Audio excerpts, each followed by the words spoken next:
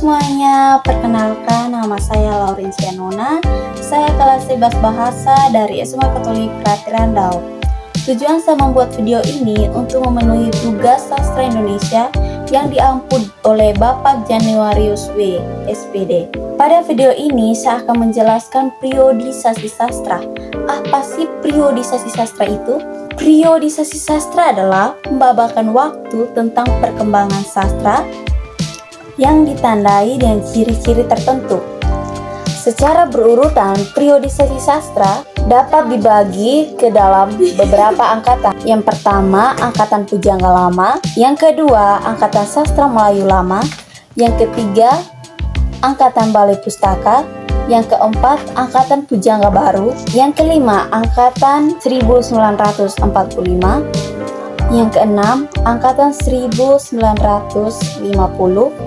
Yang ketujuh, Angkatan 1966. Yang kedelapan, Angkatan 1980. Yang kesembilan, Angkatan Reformasi. Yang kesepuluh, Angkatan 2000-an. Yang pertama, saya akan menjelaskan tentang Angkatan Pujangga Lama. Angkatan Pujangga Lama dapat disebut dengan sastra klasik atau sastra tradisional, yakni karya sastra yang tercipta dan berkembang sebelum masyarakatnya mengenal tulis-menulis. Oleh karena itu, salah satu ciri penyebarannya itu secara lisan atau oral, yaitu dari mulut ke mulut. Karya sastra Pujangga Lama antara lain mantra, pantun, gurindam, fabel, legenda, cerita Pelipulara, dan cerita jenaka. Yang pertama, mantra. Mantra merupakan bentuk puisi yang merupakan gubahan bahasa dan diresapi oleh kepercayaan dunia gaib. Yang kedua, pantun. Pantun merupakan ajakan percintaan. Pantun merupakan sajak percintaan yang sering dinyatakan pada waktu perayaan, misalnya pernikahan. Adapun ciri-ciri pantun, yang pertama terdiri atas 4 baris, yang kedua tiap baris terdiri atas 8 sampai dengan 12 suku kata. Yang ketiga, 2 baris pertama disebut sampiran dan 2 baris berikutnya merupakan isi pantun. Pantun mementingkan rima akhir dan rumus rima berbunyi AB, AB. Yang ketiga, gurindam. Gurindam sebagai sajak peribahasa, yakni bentuk sastra klasik terdiri dari 2 baris yang saling berirama. Gurindam memiliki ciri-ciri tertentu. Pertama, terdiri atas 2 baris. Yang kedua, rumus rima AA. Yang kedua, rumus rima akhirnya AA. Yang ketiga, baris pertama merupakan sebab dan baris kedua merupakan akibat dari yang disebut baris pertama. Yang keempat, berisikan ajaran, budi pekerti atau nasihat keagamaan. Fabel merupakan cerita binatang. Tokohnya diperankan oleh binatang, namun perannya seperti manusia. Bisa berbicara, bisa makan, bisa minum. Fabel juga sejenis sastra klasik yang sifatnya universal. Yang kelima, cerita asal-usul atau legenda. Cerita ini dibagi atas 3 bagian. Yang pertama, cerita asal-usul dunia binatang. Yang kedua, cerita asal-usul dunia tumbuhan. Dan yang ketiga, cerita asal-usul terjadinya suatu tempat. Cerita Pelipulara merupakan suatu cerita yang menghibur hati seseorang.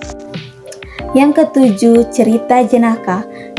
Cerita jenaka merupakan cerita humoris yang mengundang gelak tawa. Berikutnya, Angkatan Sastra Melayu Lama. Apa sih Angkatan Sastra Melayu Lama? Angkatan Sastra Melayu Lama berkembang setelah masyarakatnya mengenal tulis-menulis, terutama karena pengaruh agama Hindu dan Islam. Berdasarkan isinya, Sastra Melayu Lama dikelompokkan dalam 6 jenis, yaitu yang pertama, kisah tentang para nabi. Kedua, hikayat tentang Nabi Muhammad beserta keluarganya. Yang ketiga, hikayat pahlawan-pahlawan Islam. Yang keempat, cerita tentang ajaran dan kepercayaan Islam. Yang kelima, cerita fiktif.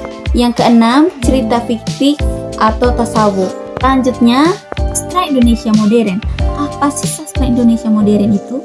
Yang pertama, Pertama, Angkatan Balai Pustaka. Temanya kehidupan masyarakat sehari-hari atau masyarakat sentris dan telah mendapat pengaruh dari kesastraan barat. Yang kedua, Angkatan Pujangga Baru. Lahir sekitar tahun 30 sampai 40-an. Nama tersebut diambil dari majalah sastra yang terbit pada tahun 1933. Majalah ini bernama Pujangga Baru.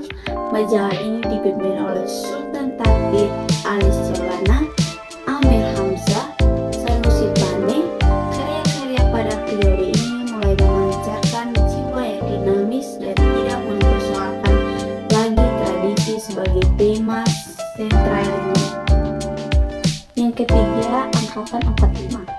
Karya sastra ini lebih realistis dibandingkan karya-karya Angkatan Pujangga Baru yang romantis, idealistis.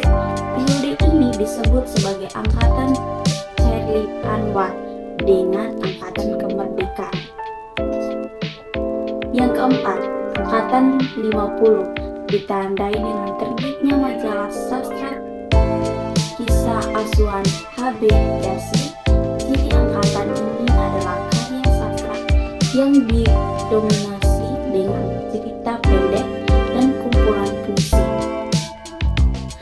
Yang kelima, Angkatan 66 dicetuskan H.B. Jasi melalui bukunya yang berjudul Angkatan 66.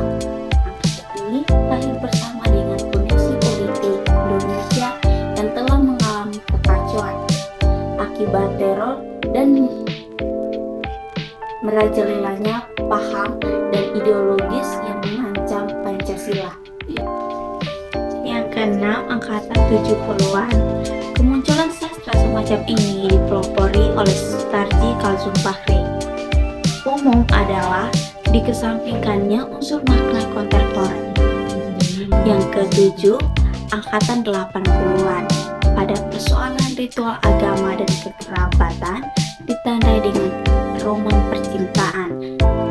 Angkatan ini tersebar luas di berbagai majalah dan penerbit umum.